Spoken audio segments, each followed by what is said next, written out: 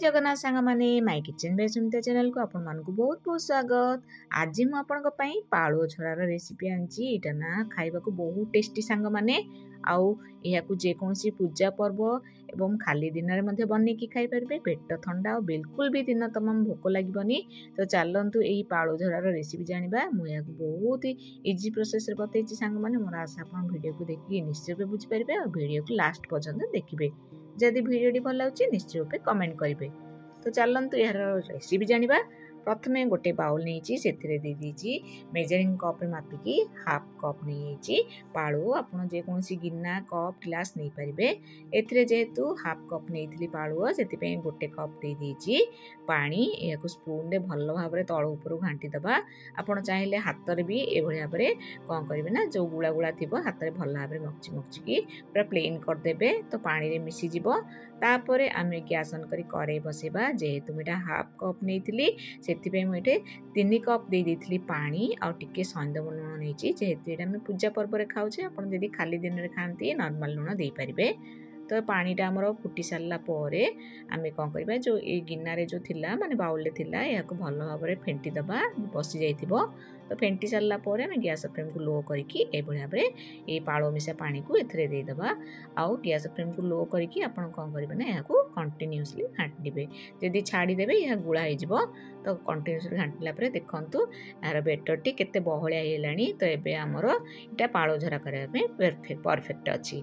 तो आम गोटे बाउल आइस पानी सहित आइस भी किसी नेबे नहीं एमती जो दांतिकली छांच अच्छी एथरे आम पाळो झरा करवा। तो देखो जो सेउ जो कराऊँगी से छांच माने जो अच्छी से आम करवा।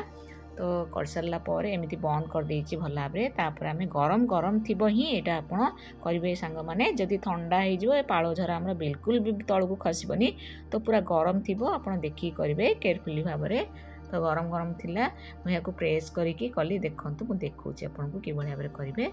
तो देखो एमती पूरा माने मोड़ी मोड़ी एमती करेंगे चाउमिन वाला भाया बाहर थो। और पार्टी को ना यहाँ बहुत ही भल लगे सांग मैंने बहुत ही टेस्टी लगे। समस्ते खुशी रे खाइबे पसंद करेंगे यही पाळो झरा को। तो ये भाव में आम कौन करवा एमती कौन करवा कंटिन्यूअसली एमती मोड़ी मोड़ी आम कौन करवा पाळो को एमती कदा। ठंडा बिल्कुल भी करेंगे गरम गरम थी ही आपण शीघ्र शीघ्र एगुड़ा को करेंगे। तो देखो एमती कर सारा आउ पानी ठंडा पानी बिल्कुल नॉर्मल पानी नेबेनी आइस पानी नेबे ता सहित आइस भी नेबे पूरा ठंडा थिबो। तो अधिकार अधिक आप आइस पानी आ आइस नहीं कि एड़ा करेंगे। तो हाथ में देख देखली आपन को पूरा चाउमिन भाया पूरा माने रहिबो ये देखा माने जाली चटुरे एटा ना पार्टी को दाना दाना लगे खाइबा को बहुत ही बढ़िया लगे बहुत बढ़िया गोटे सरबत सांग माने। तो चलतु एबे आमे प्रस्तुति आरंभ करवा। तो एथिपाई मु गोटे डेक्ची नहीं जाइए बड़ डेक्ची से दही नहीं जाइए 2 बाउल। तापर पनीर भी एमती नवा ताकू टिके ग्रेट करदबा। आप चाहिए हाथ में भी चकटिकी दे पारे। तो ग्रेट करके देले पार्टी को दाना दाना लगे बहुत बढ़िया लगे। से ग्रेट करके दे देछि 100 ग्राम पनीर। तापर आम जो पाळो झरा कर रखिले ताकू एबे देदबा।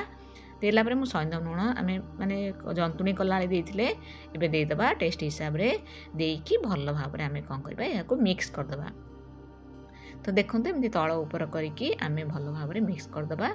तो मिक्स कलापर आ टिके खट्टा मोर जेहेतु दहीटा नाला से लेंबू गोटे पूरा चिपुड़ी देछि यार जूस को पके देछि।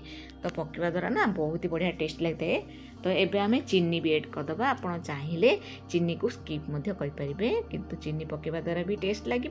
खाली सेमिति चीनी न पकेले भी बहुत टेस्ट लगे। तो मोर प्रस्तुति हो गला एबे पाळो झरा या पूरा आमे कौन करबा ना ठंडा ठंडा फ्रिज रखिकी मध्य खाई परिबे और खाली मध्य खाई परिबे बहुत टेस्ट लगे। आ गोटे ग्लास जदि पी दियंती ना सांग माने पूरा पेट भर्ती भर्ती लगे और पेट भी ठंडा रहिबो। तो चलतु जदि आपको ये भिडियोटी भल लगे निश्चय रूपे लाइक करेंगे सांग साथी और रिलेटिव मानक शेयर करेंगे। जदि मो चैनल के पर्यटन सब्सक्राइब करना ताले निश्चय रूपे सब्सक्राइब करदे और सब्सक्राइब बटन पाखे छोट बेल आइकन को प्रेस करदे जहाँद्वारा मोर सब नुआ भिडियो नोटिफिकेशन आपन पाखे सर्वप्रथमे पहुँची पार।